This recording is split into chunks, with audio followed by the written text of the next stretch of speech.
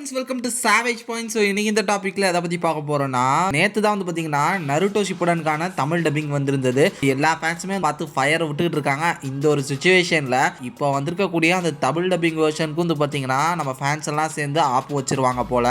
ஏன் ப்ரோ என்னாச்சு, ஏன் இப்படி சொல்கிறீங்க?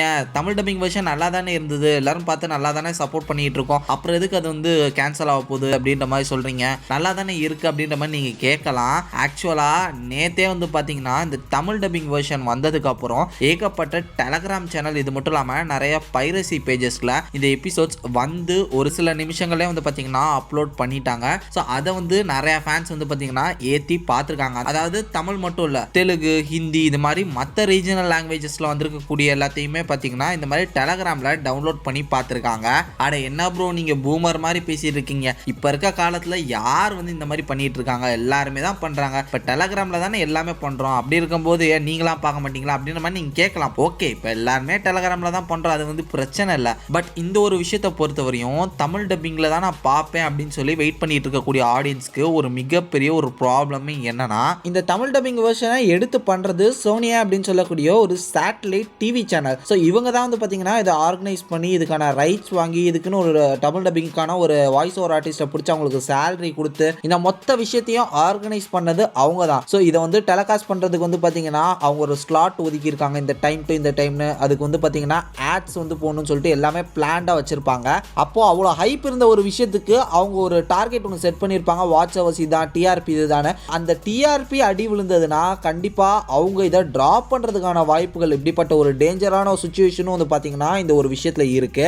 ஏன்னா சோனியாவை தாண்டி டெலகிராமில் நம்ம பார்க்குறோம், அதை தாண்டி எந்த விதமான ஓடிடிலையும் வந்து பார்த்தீங்கன்னா இந்த தமிழ் டப்பிங் வெர்ஷன் கிடையாது. நெட்ஃப்ளிக்ஸ், கிரன்ச்சி ரோல் இந்த மாதிரிலாம் எதுலையுமே இது அவைலபிள் இல்லை. அப்படி பார்க்கும்போது இது உண்மையிலே ஒரு டேஞ்சரான விஷயம் தான். அது வந்து ஒரு பெரிய டிவி சேனல், பட் நம்மளுக்குமே வந்து பார்த்தீங்கன்னா அந்த சுச்சுவேஷன் புரியும். ஏன்னா சேனல் இதெல்லாமே வந்து பார்த்தீங்கன்னா அது பெருசு, இது சிறுசு, அவ்வளோதான். மற்றபடி அதுக்கான ப்ரொசீஜர்லாம் நமக்கு ஓரளவு தெரியும். ஏன்னா நம்மளுமே வந்து பார்த்தீங்கன்னா இப்போ ரீசெண்டாக ஜுஜுட்சு கைசன் எக்ஸ் நருட்டோ அப்படின்னு சொல்லக்கூடிய ஒரு ஓன் கிராஸ்ஓவர் மாங்கா ஒன்று போட்டிருந்தோம். அதில் ஃபர்ஸ்ட் 2 எபிசோட்லாம் வந்து பார்த்தீங்கன்னா பயங்கரமாக ஃபயர் விட்டு எல்லாருமே சப்போர்ட் பண்ணுறோம் அப்படின்லாம் சொல்லியிருந்தாங்க. பட் அதுக்கு அடுத்து போட்ட 2 எபிசோட்ஸ்லாம் வந்து பார்த்தீங்கன்னா பயங்கர மொக்கையாக போயிருக்கும். ரொம்ப கம்மியான வியூஸ் வந்து போயிருந்துச்சு. ஒரு 7 நாள் நாங்கள் கஷ்டப்பட்டு ஒதுக்கி அதுக்கு நாங்கள் பேசினதுக்கு நாங்கள் மற்ற கண்டென்ட்ஸை கவர் பண்ணியிருந்தா கூட ஒரு ரெவன்யூ வைஸ் நாங்கள் வந்து கொஞ்சம் ஸ்ட்ரகிள் ஆயிருக்க தேவையில்ல. வியூஸ் படியும் நம்ம சேனல் வந்து பார்த்தீங்கன்னா ஒரு டவுன்ஃபாலை வந்து சந்திச்சிருந்தது. இது மாதிரி பண்ணிட்டு சரி ஓகே நம்ம ஓனா ஒன்று பண்ணது வந்து மக்களுக்கு பிடிக்கல போல அப்படின்னு சொல்லி நாங்கள் இப்போ அதை வந்து கொஞ்சம் போஸ்ட்பான் பண்ணியிருக்கோம். இதே மாதிரி தான் அவங்களுமே பண்ணுவாங்க. ஓகே ஆடியன்ஸே வந்து பார்க்கல, வாட்ச் ஹவர்ஸ் ஏறல,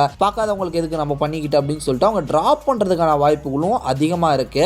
இதனால தான் இப்போ இங்கே ஒரு மிகப்பெரிய ரிஸ்க் ஃபேக்டர் ஒன்று உருவாயிருக்கு. ஏன்னா நீங்கள் எல்லாருமே டெலகிராமில் பார்க்க ஆரம்பிச்சிட்டிங்கன்னா டெலகிராமுக்கு எங்கேருந்து சோர்ஸ் கிடைக்குது, அங்கேருந்து தான். அப்போ அவங்க அதை நிறுத்திட்டாங்கன்னா நீங்கள் டெலகிராமில் கூட அதை பார்க்க முடியாது. அதனால் தயவு செஞ்சு ஃபஸ்ட்டு சேட்டலைட்டில் முடிஞ்ச அளவு போய் பாருங்கள். அதுக்கப்புறம் டெலகிராமில் கூட நீங்கள் ஏற்றி பாருங்கள். சேட்டலைட்டை மட்டும் தவிர்த்துறாதீங்க.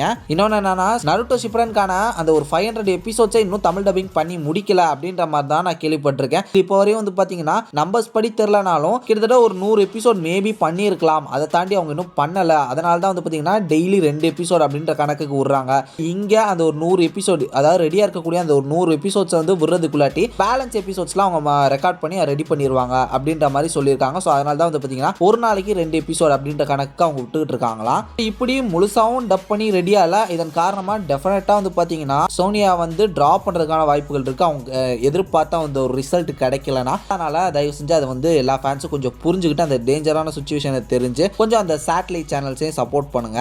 தென் இன்னொரு முக்கியமான விஷயம், நேற்று இந்த மாதிரி தமிழ் டப்பிங் எப்படி இருந்துச்சு அப்படின்ற ஒரு வீடியோ ஒன்று போட்டிருந்தேன். அதிலே நான் ஒரு சில விஷயங்களை பேசணும்னு இருந்தேன். பட் அது ஒரு ஜானரா நம்ம வேற மாதிரி வந்து அதை பேசி அதை நான் கொஞ்சம் மறந்தே போயிட்டேன். ஸோ அதனால அதெல்லாம் இதுலையும் கவர் பண்ணிடலாம் அப்படின்னு நினைக்கிறேன். முக்கியமாக வந்து பார்த்தீங்கன்னா நிறைய ஃபேன்ஸ் வந்து என்ன சொல்லுவாங்கன்னா, இந்த மாதிரி ஒரிஜினல் லாங்குவேஜ்லேயே பாருங்க, இந்த மாதிரி ரீஜனல் லாங்குவேஜ்லாம் பார்க்காதீங்க, அது வேஸ்ட் அப்படின்ற மாதிரி சொல்லுவாங்க. ஆக்சுவலாக இதை பற்றி தான் நான் போன வீடியோலையுமே பேசியிருந்தேன். ஆனால் இன்னும் ஒரு பாயிண்ட் ஒன்று பேச மறந்துட்டேன். அது என்னன்னா, ஏன் அவங்க அப்படிலாம் சொல்றாங்கன்னா, உங்களுக்கு ஒரு எக்ஸாம்பிளுக்கு சொல்லணுமே, அவெஞ்சர்ஸ் எண்ட் கேம் படம் நம்ம எல்லாருமே பார்த்திருப்போம். அதுல பர்டிகுலரா ஒரு ஷாட்ல கேப்டன் மார்வல் நான் தானோஸ் அழிக்க போறேன் அப்படின்னு போகும்போது அவெஞ்சர்ஸ்லாம் நில்லு, நாங்க எல்லாருமே ட்ரை பண்ணிட்டோம் அப்படின்ற மாதிரி பேசிட்டு இருக்கும்போது அவங்க போவாங்க, நம்ம தோர் நின்று சுத்தியல வந்து தூக்குவாரு. அப்போ கேப்டன் மார்வல் ஒரு மாதிரி தைரியமாவே நிற்பாங்க. அதை பார்த்து தோர் என்ன சொல்லுவாருன்னா, ஐ லைக் திஸ் ஒன் அப்படின்ற மாதிரி இங்கிலீஷ்ல சொல்லுவாரு. பட் தமிழ்ல நீங்க அதை போய் பாருங்களேன், இனி ஆட்டத்தை கவனி அப்படின்ற மாதிரி சொல்லியிருப்பாங்க. ஸோ இந்த மாதிரி அந்த ஒரு மீனிங்கே வந்து பார்த்தீங்கன்னா வேற மாதிரி இருக்கு. சம்பந்தமே இல்லை, ஏதோ ஒரு விதத்தில் சம்மந்தப்படுற மாதிரி ஏதோ ஒரு டைலாக் வச்சிருந்தா கூட ஓகே. சம்பந்தமே இல்லாமல் ஒரு டைலாக் வரும்போது வந்து பார்த்தீங்கன்னா